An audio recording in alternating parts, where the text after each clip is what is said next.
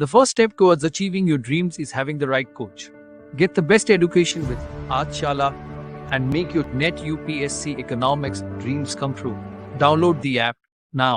Hello everyone, welcome back to the channel. I am Sunidhi Arya and I teach economics on this channel. फिलहाल मैं इस channel पे mathematical economics को पढ़ा रही हूँ और हमने कुछ वीडियो से इंटीग्रेशन को शुरू किया था और इससे लास्ट वाली वीडियो में हमने इंटीग्रेशन के फॉर्मूले देखे थे। आज हम इंटीग्रेशन की टेक्निक्स देखेंगे। हम देखेंगे कि किस किस तरीके से या क्या क्या टेक्निक यूज करके हम इंटीग्रेशन को ईजिली कर पाते हैं and it becomes very easily to calculate the integral of a function. Then अगर आप इकोनॉमिक्स का कोई भी कोर्स देख रहे हैं तो आप हमारे ऐप को डाउनलोड कर सकते हैं। Mathematical economics, statistics, econometrics, UGC net के लिए, इकोनॉमिक्स ऑनर्स के लिए इग्नू के कोर्सेज हैं, बीईसीसी 102, 104, एमईसी 103। या आप इकोनॉमिक्स से रिलेटेड कोई भी कोर्स देख रहे हैं तो आप आजशाला ऐप को डाउनलोड कर सकते हैं। ऐप का लिंक आपको डिस्क्रिप्शन बॉक्स में मिल जाएगा और अगर आप चाहें तो व्हाट्सएप भी कर सकते हैं। व्हाट्सएप का नंबर आपको इस टाइम स्क्रीन पे फ्लैश हो रहा होगा।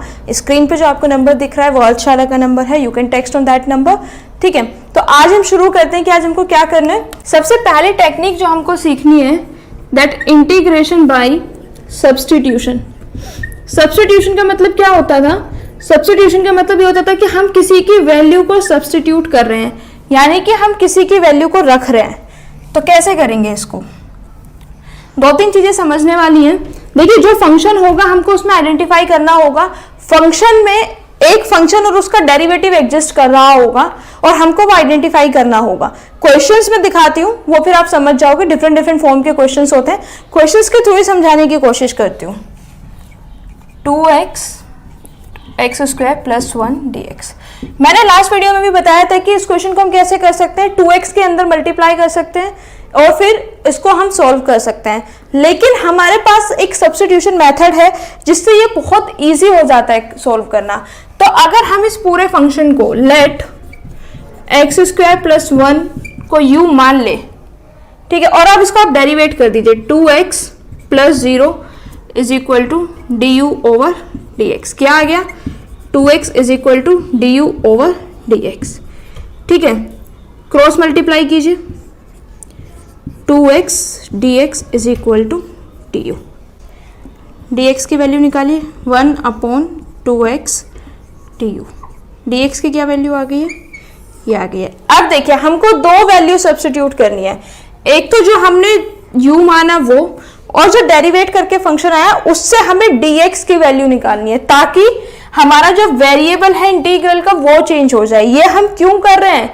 देखिए, अगर हम x² + 1 को u मान रहे हैं, मैंने आपको क्या बताया था, अगर हम इस तरीके से लिख रहे हैं fx dx, तो यहाँ पे जो वेरिएबल है dx, इसका मतलब यह है कि हम उस वेरिएबल के रिस्पेक्ट में इंटीग्रल कर रहे हैं।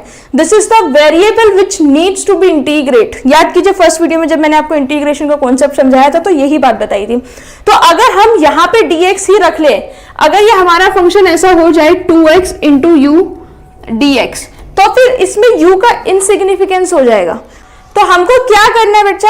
हमको सिंपल इसका जो इंटीग्रल है, यानी कि जो वेरिएबल है इंटीग्रल का वेरिएबल, उसको चेंज करना है। तो हमने dx की वैल्यू निकाली और u की वैल्यू हमने, इसके x² + 1 की वैल्यू हमने u मानी।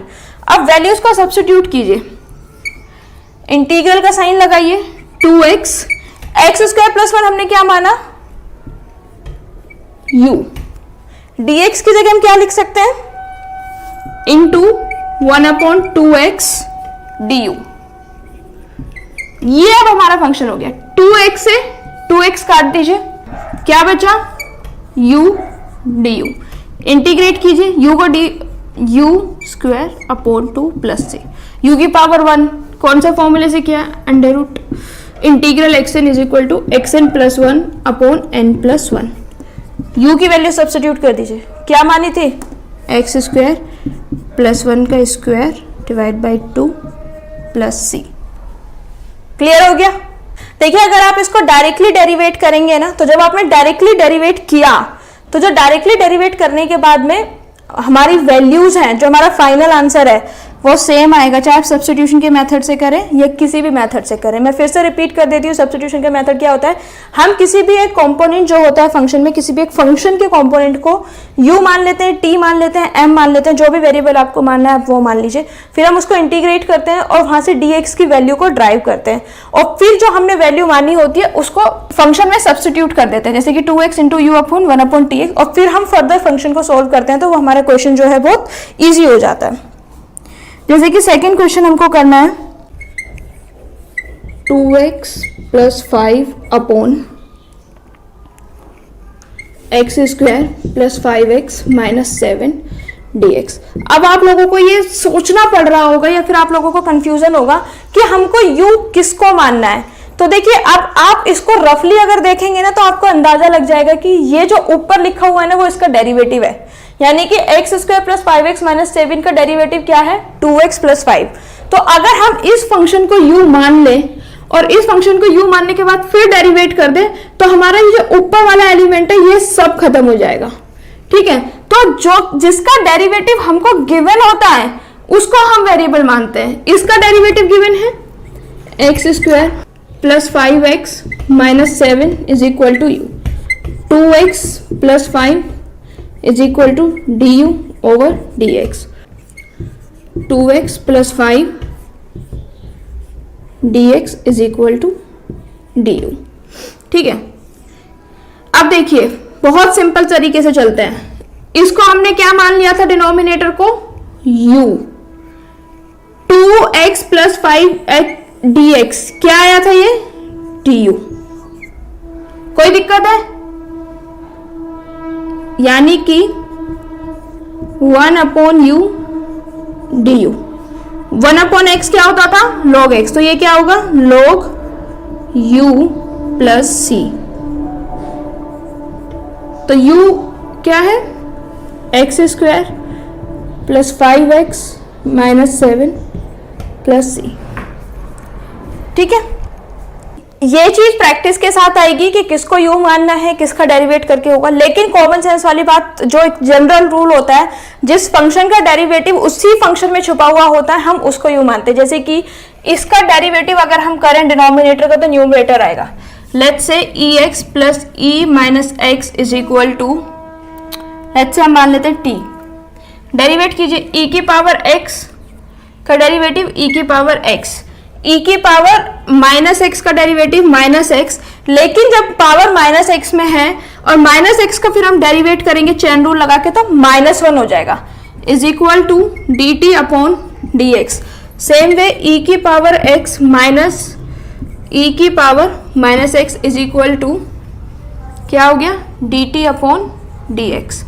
देखिए ये न्यूमरेटर आ गया ना, सेम न्यूमरेटर है, e की पावर x माइनस e की power minus x d x is equal to d t, यानी कि इतना क्या आ गया हमारा, डी टी आ गया ये। ठीक है, तो क्या हुआ 1 अपॉन ये क्या है e की पावर x प्लस e की पावर माइनस एक्स, क्या माना हुआ है हमने t, डी टी। अब इसका डेरिवेट कर दीजिए log t plus c, t की क्या वैल्यू है, log t की वैल्यू है e की पावर x प्लस e की power minus x plus c, this is the value. ठीक है, समझ में आया किस तरीके से करना है, this is the technique of integration. यानी कि अगर आप इसका इंटीग्रेशन करना चाहें फंक्शन का तो बहुत टिपिकल पड़ेगा, तो ये बहुत इजी कर देता है। जितनी भी टेक्निक्स है उन टेक्निक्स का यूज करके इंटीग्रेशन इजी हो जाता है। 6x square x cube plus 2 की पावर 99 dx। ठीक है, तो अगर हम इसमें रफली देखें तो हमको पता चल रहा है कि एक्स क्यूब का कहीं ना कहीं हमको क्या गिवन है, डिफरेंशिएशन गिवन है। एक्स क्यूब का इंटीग्रेशन क्या होता है 3x स्क्वायर, यानी कि हम इसको मैनिपुलेट करके एक्स क्यूब का इंटीग्रेशन बना सकते हैं। तो इस पूरे को क्या लिखते हैं u, x cube plus 2 is equal to u. Let कीजिए 3x square plus 0 is equal to d u over d x, 3x square is equal to d u over d x, 3x square d x is equal to d u. ठीक है, इतने में तो कोई दिक्कत नहीं होनी चाहिए। dx की वैल्यू निकाल लीजिए, यानी कि dx की जगह हम क्या सब्स्टिट्यूट कर सकते हैं, 1/3x² du। सिंपल, इधर मल्टीप्लाई में था, इधर किस में चला गया, डिवाइड में चला गया। ठीक है, इतने में कोई दिक्कत नहीं है। अब देखिए यहाँ पे 3x² था, यहाँ पे 6x² था। अगर हम इसको 2 से मल्टीप्लाई कर दे दोनों साइड, आपको पता है इक्वेशन में कोई भी जो ऑपरेशन होता है वो एक साइड नहीं होता है, दोनों साइड करना होता है। अगर हम दोनों साइड 2 से मल्टीप्लाई कर दें, इधर भी 2 से मल्टीप्लाई कर दें, इधर भी 2 से मल्टीप्लाई कर दें, तो क्या होगा, 3 2 जा, पहले मैंने आपको एक्सप्लेन करने के लिए किया था, 6x² dx is equal to 2 du। ठीक है, x की पावर x³ + 2 को हमने क्या माना है, u, उसकी पावर कितनी है, 99। 6x² dx, cx² dx क्या है, इंटू 2 du।